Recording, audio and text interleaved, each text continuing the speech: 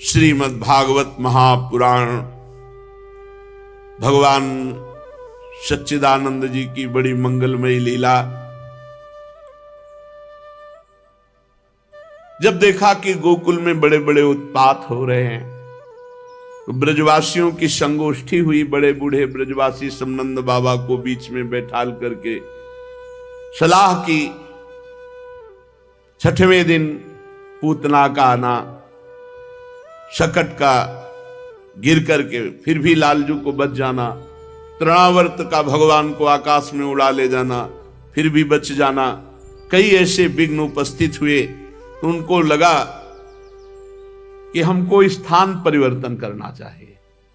तो उपनंद जी ने कहा कि बिल्कुल ठीक बात है, लाला के लिए सब कुछ सहा जा सकता है, अपने लाला की रक्षा के लिए हमको गोकुल छोड़ देना चाहिए, क्योंकि हमें लगता है असुरों को पता चल गया है, तो स्थान परिवर्तन कर देना चाहिए।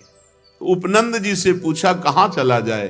तो उनका वनम वृंदावनम नाम पशव्यम नवकाननम गोप गोपी गवाम सेव्यम पुण्यादितृणवीरुधम। वृंदावन चला जाए। वृंदावन नाम का एक वन है, उसमें छोटी छोटी बड़ी बड़ी बहुत कुंज निकुंजे, बहुत से वन हैं, खूब हरा भरा वन है, बड़ा पवित्र पर्वत, घास, हरी भरी लता वनस्पतियां, ये सब हमारे पशुओं के लिए बहुत हितकारी रहेगी। गोप गोपी और गायों के लिए सुविधा का ही नहीं, परम पवित्र सेवन करने योग्य है। यदि आप सबको हमारी बात जचती हो तो आज ही हम चल देते हैं वृंदावन के लिए, देर ना की जाए।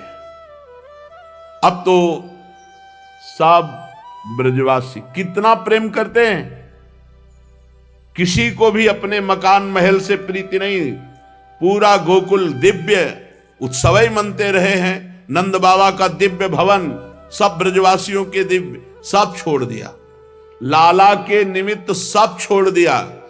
छकड़े जोते गए, आगे लाखों गोप सेवक गौओं को लेकर सब अपनी अपनी दल की दल, आगे गौएं और पीछे छकड़े, ऐसे चला जाए।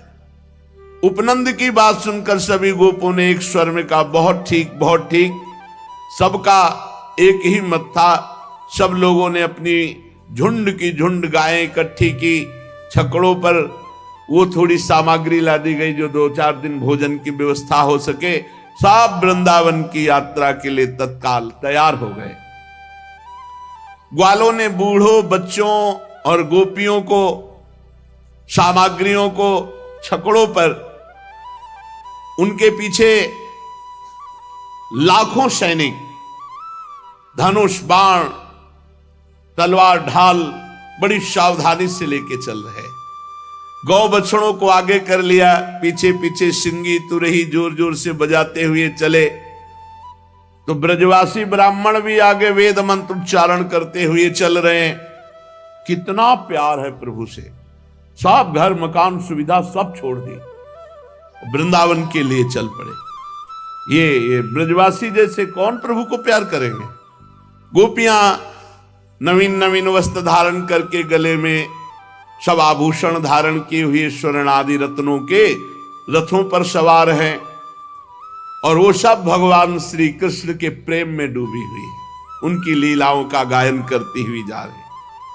यशोदा रानी रोहिणी जी भी वैसे ही सज धज कर अपने प्यारे पुत्र श्री कृष्ण और बलराम को एक छकड़े पर विराजमान करके दोनों बालकों की बातें सुन सुन करके अघाती नहीं और सुनना चाहती हैं। भगवान श्री कृष्णचंद्र जी पूछते हैं, माता क्वानु खलु गच्छन्तः स्मः। मैया ये हम लोग कहां जा रहे हैं। मैया उत्तर देती, पुत्रो वृंदावन नामानि वन धामानि। मेरे लाला, वृंदावन नामक एक वन है, उस वन भूमि में जा रहे हैं। श्री कृष्णचंद्र जी आश्चर्यचकित होते हुए बोले, कदा सदन मायास्यामः, तो हम घर कब लौटेंगे? पुत्र के इस प्रश्न पर यशोदा मैया कहती हैं, वत्सास मदनुसंगत एव संगच्छमानम तदास्ते। वत्स, अब हम लोग घर नहीं लौटेंगे, अब हम वृंदावन में ही वास करेंगे। श्री कृष्णचंद्र जी का उल्लास बढ़ जाता है। वे कुछ देर बलराम जी के साथ, जैसे सकटा चल रहा है सकट, तो वृक्ष ग्रह आदि जो रास्ते में मिलते हो घूमते से नजर आते हैं। फिर जननी के कंठ में लग करके प्रश्न करते हैं, भवतु तद वृंदावनम कुत्र।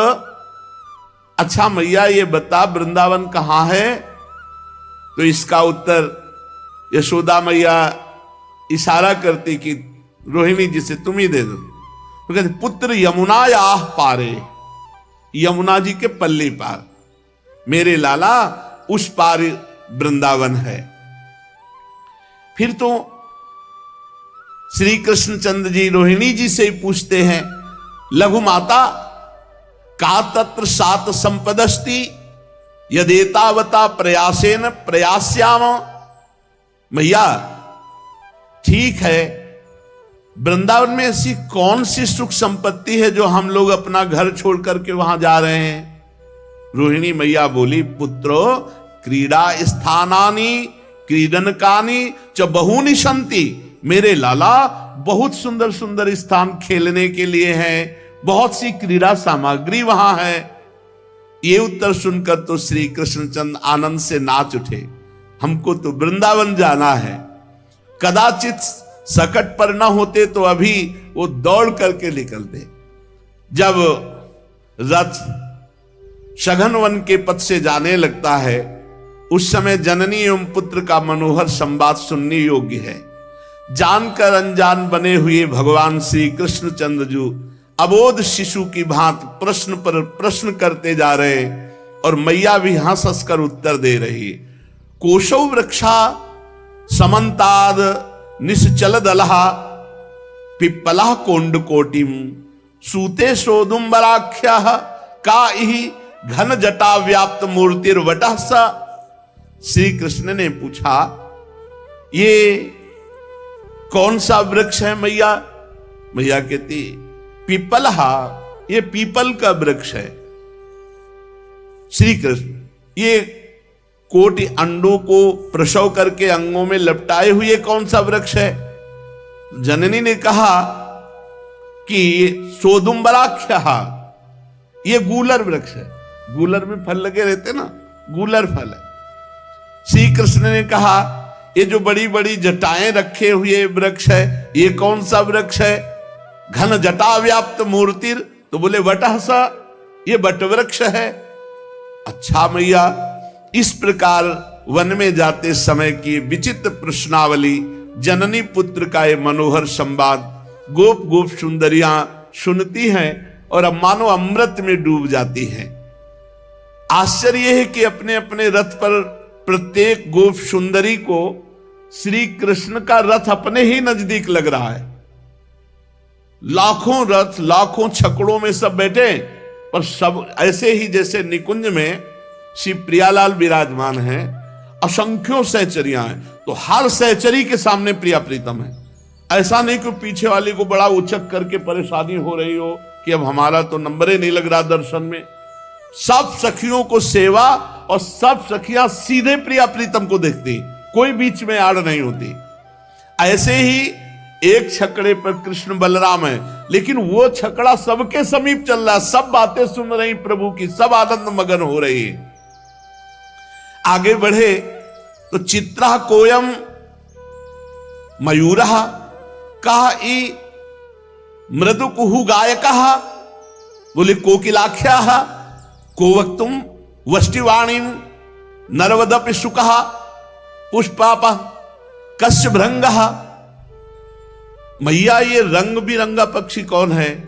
लाला, ये मयूर है। अच्छा मैया, तो ये कुहू कुहू कर बहुत मधुर गाने वाला कौन है? बोले ये कोयल है, ये कोकिल नाम का पक्षी है, ये ठीक मनुष्यों की भांति वाणी में बोलने में कौन समर्थ है? तो बोले शुक शारिका है।